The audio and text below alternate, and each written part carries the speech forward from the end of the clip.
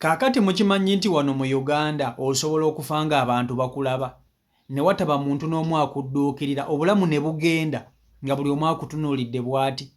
Wano mu Uganda kisoboka.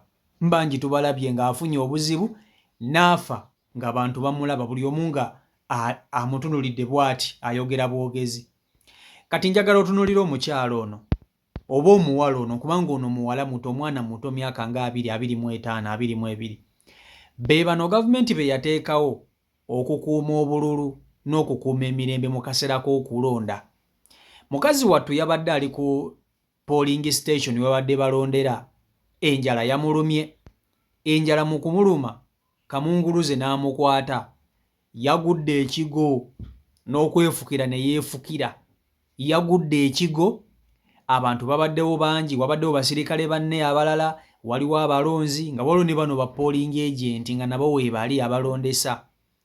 Mukazi wattu yagudde ekigo naye tewali n'omu yamuyambi. Amaanyi nga gamuweddemu tagalina, yeekembyekembe asituke wansi we yabadde agudde naye ng'abantu bamuzze ebbali we bati bali mu kumugeya bugeya.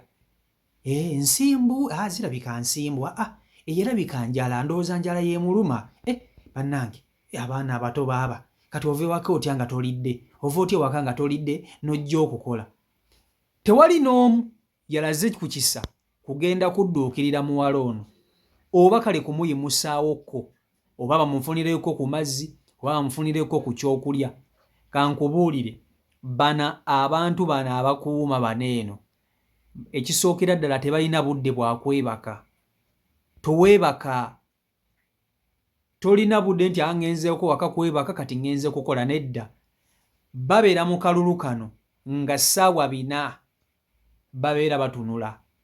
Bamalako olunaku lulama nga batambula bibuga ku bibuga, mubasanga muzirayini nga batambula okuva eno mpaka eri nga bakuuma emirembe. Ne mazima ddala omuntu n'agwa nga waliwo abantu abakulu, mulinamu n'ennusu yadde 2,000, omuntu mumugulireyo kasooda oba ne kakeeki mukamuwa akalye ne mugaana mwenna mwenna ne mumutunuulira butunuulizi. Kati eyo y'ensi Uganda. Mu nsi endala kizibu nnyo omuntu okugwa bw'ati ne bamutunuulira butunuulizi, bo bamudduukirira n'emmere ne bamuwa. Naye wano ofa balaba n'ababo basobola obutakuyamba kubanga basirikale banne baabaddewo teri n'omu yamuyambi.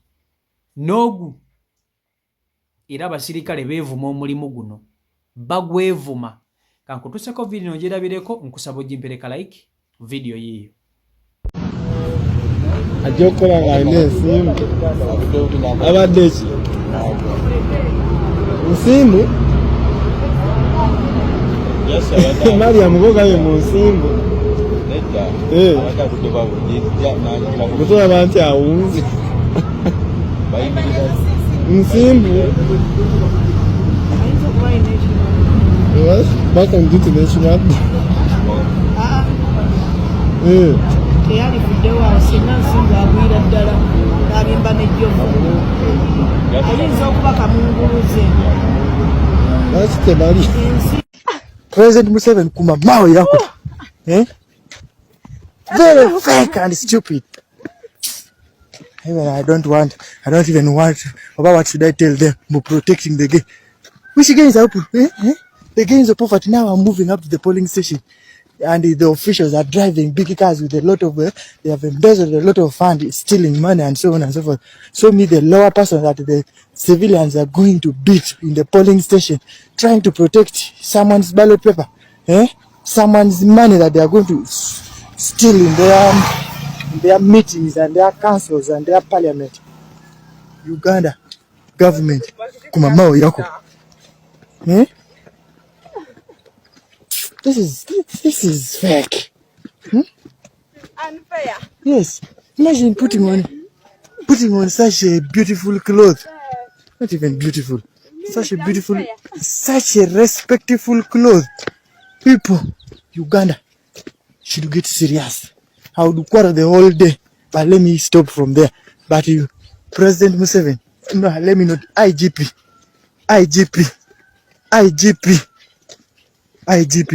open your eyes. Even Museveni, you are the one who employed him. Tell him to open the eyes. Moreover, we are going to the police station, no food. Over people from Kampala eating, no food. No food in the polling station, no water, no transport, you move. Eh? Stupid. But we are protecting gains. Which kind of gains are you protecting? Now, no transport, I'm moving up to the polling station. If someone comes, want to steal the vote, you leave and they steal. We're protecting the gain. This is the flag is there. Now, no transport. Which kind of government is this? People, and I'm not alone. Another colleague is there. Another colleague is there. Other people are behind.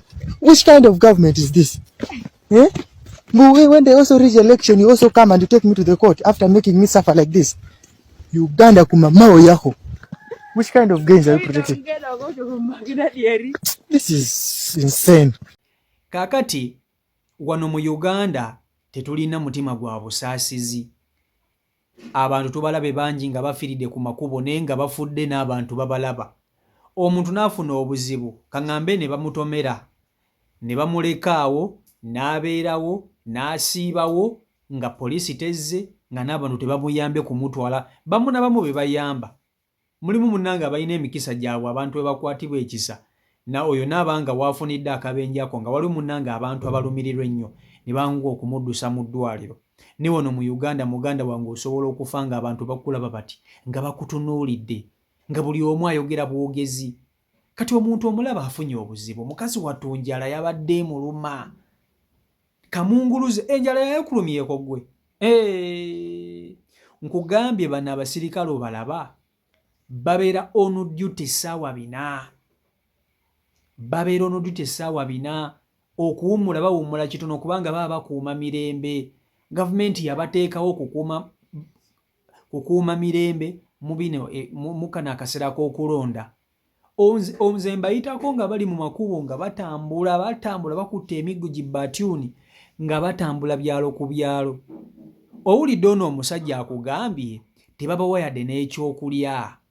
Tebabawa yadde n'ekyokulya ate nga kisoboka ate nga kituufu. Okuwummula tebawummula. Ekyokulya kyakaweereege balina okuyimirira.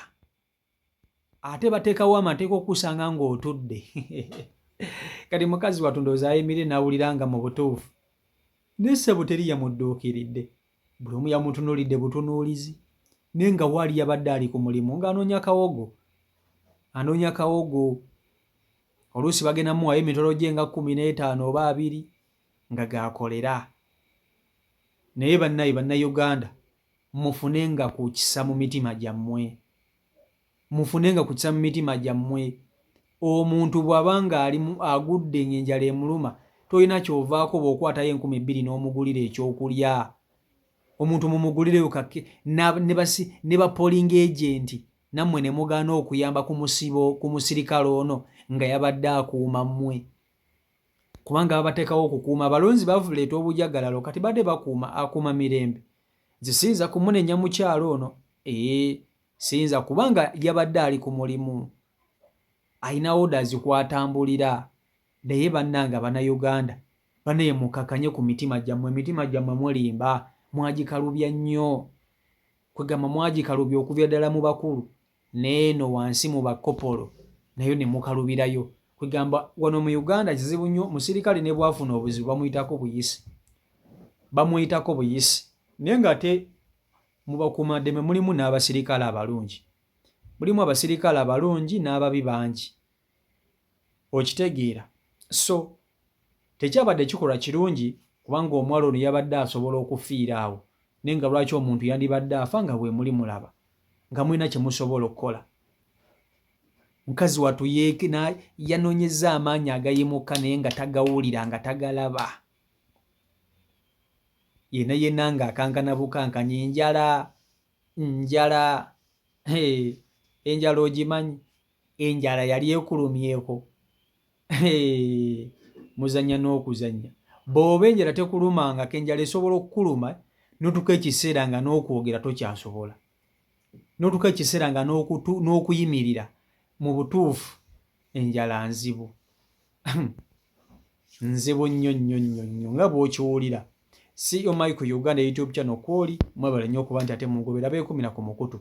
subscribe nga tanaba kuba nti ate otwegattako so kuba nti tutambulira ddala wamu teweerabira okukozesa CO Michael Uganda Airport Pickup okuba nti ate kutambuza wonna weyagala okuba nti ate butambula naawe ali eyo ng'oyagala okukolera omwagalwa wo surprise osobola okuba nti ate ontumayo bulungi nnyo nensobola okuba nti ate nsurprisinga omuntu wo so n'olwekyo genda maaso n'okuba nti ate onkonako ku namba yange gy'olabawo wansi tusobola okuba nti ate tutambulira ddala wamu mbaagala nnyo mwenna Omukama Katonda abankuumire mubeere bulungi mweraba